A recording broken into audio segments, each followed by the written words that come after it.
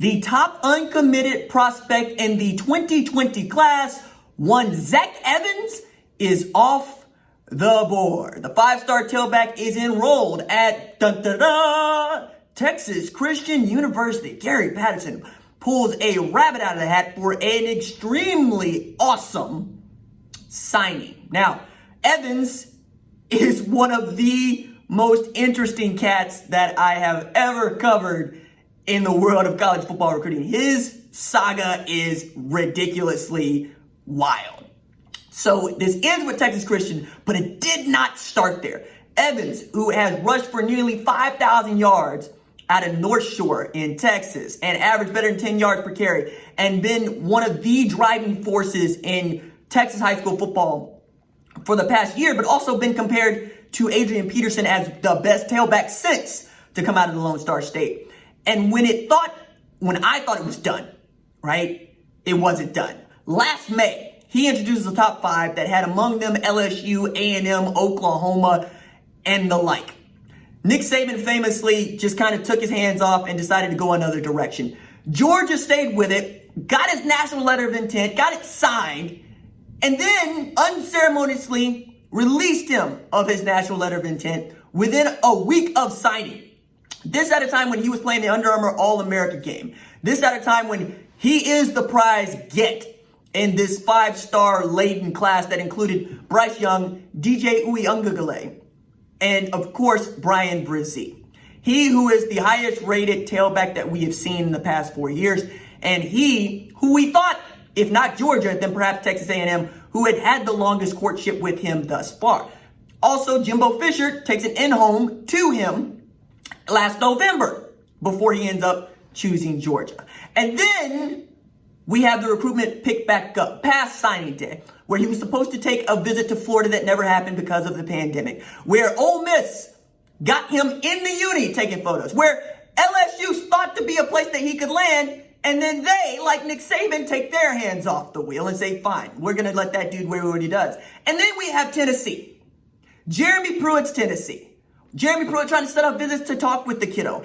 And wouldn't it be such a big boon for Jeremy Pruitt to have signed Zach Evans at this time when Tennessee has got 11 commits in the past 2 weeks and 3 in the past 24 hours, including the top dual threat quarterback in the state of Texas and Cade Salter yesterday on Mother's Day. But that ain't how it worked. Quietly for the past month, Gary Patterson has been all in on getting Zach Evans to Fort Worth.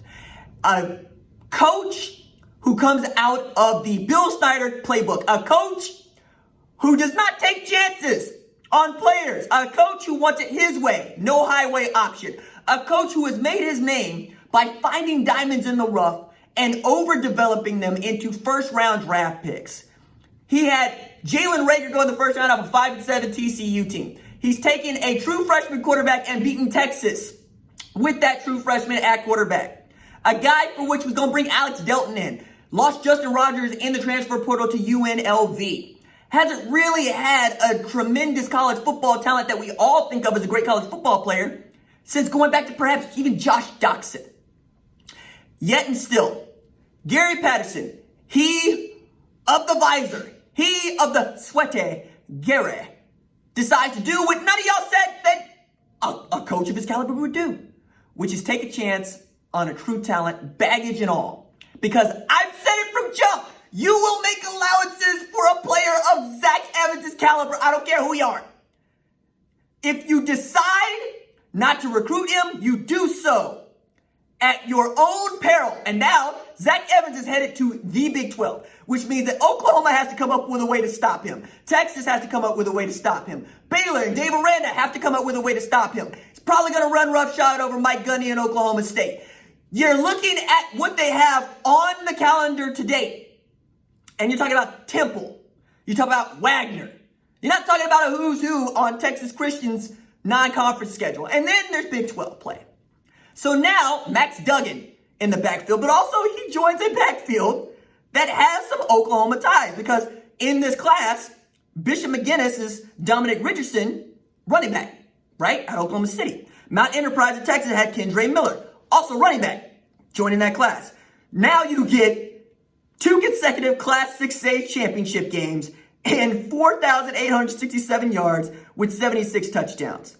A dynamic athlete at running back. Catch the ball out of the backfield, can be a chameleon for you. He can alter his running style based on the defense he sees. If you're bigger, he'll be faster.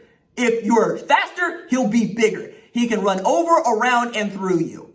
I submit to you, the style that he gives is the one that AD did. When we talk about it all day, we can also talk about Zach Evans. With him, it's not about talent. It's about, can you trust that he's going to stay out of trouble? Can you trust that he's going to have his head on straight to go to what many people think of as a good academic school? Will he fit in to the Christian values that Texas Christian holds dear? What is Gary Patterson willing to do to try to make sure this works? Because if he cuts ties with Zach Evans, he'll end up somewhere else and he'll play there and he'll be great. I look at Zach Evans the way that many of you looked at Joe Mixon. If he's yours, you want all the allowances taken so that you get to keep him and he gets to play. Because after Joe Mixon quite literally punched a woman in the face and broke her face, people were like, well, she had it coming. Not please. Precisely the wrong attitude. And Cale Gundy and Bob Stoops did whatever they could to make sure that that dude did his business apart from the team so he'd come back to the team. And then you get Samaje Perine, Joe Mixon in the backfield. Then you get what you got 2015, 2016. Then you get the 5-star tailback that you signed up for. Zach Evans has that ability. And Zach Evans didn't do anything like that. If anything, what Zach Evans did was not keep his word about what he was going to do and how he was going to do it when he got there. He wanted to know that he was going to be the most valuable running back in your class. And as a home run hitter, as a high volume kind of guy, a guy that sets up blocks on the line of scrimmage, a guy that can quite literally take your team from average to good, from good to great, you're going to do whatever you possibly have to do to make sure that he's wearing your jersey within reason. Georgia gets to wash their hands of Zach Evans because their backfield is so good. Same thing with Alabama. Same thing with LSU. Even Texas A&M can make that argument. Texas Christian, not so much. Oklahoma State, not so much. University of Tulsa, absolutely not. Oklahoma, not so much. I submit to you, Zach Evans is going to be a player in college football. Still an open question as to whether or not he finishes his career at Texas Christian because we have recent events to show that everything can change with this kid on a dime. But while his mood is changing, his footwork is elite. I'm really interested to see how this goes because this could go the Antonio Brown route where everything is kept under wraps at a place like Pittsburgh and he's an all-pro type of player. Or it can go the Las Vegas Raider route where we really want him. We really think he's good. But I'm not going to deal with you threatening to fight my general manager. We're just going to cut bait and run. And then nobody signs you. But I don't think that's going to be true in college football. I think at one way or another, Zach Evans is going to play. The question is whether or not he finishes at Texas Christian or ends up at Last Chance U or ends up playing for insert FCS power here. Really interesting conversation we're about to enjoy with him.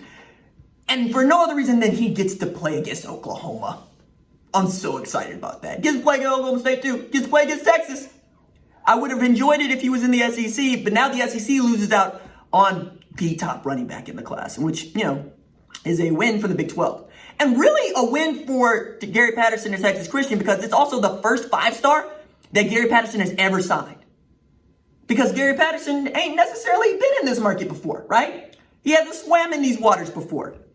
Knowing that you can get a Zach Evans on campus it's enticing. When 5'11", 200 pounds and number 16 overall recruit in the country could give you a look. Means that Evans is the second highest recruit in the Big 12, also in the 2020 class, following Bijan Robinson, who was ranked number 15 overall. And I think he got that jump because Bijan Robinson's character is not in doubt, right? Not to say he's got the best character in the world, but it's not in doubt. And then you're adding in there a couple of 4-star wins that the Frogs got that probably shouldn't have. Quentin Johnson at receiver. Garrett Hayes at offensive line. And then you get another highly ranked defensive tackle and Jaquez Sorrells. I mean, they got dudes that they're building out there. Now let Max Duggan come along just a little bit and let Gary Patterson's defense stay Gary Patterson's defense. And yeah, it's going to be monstrous.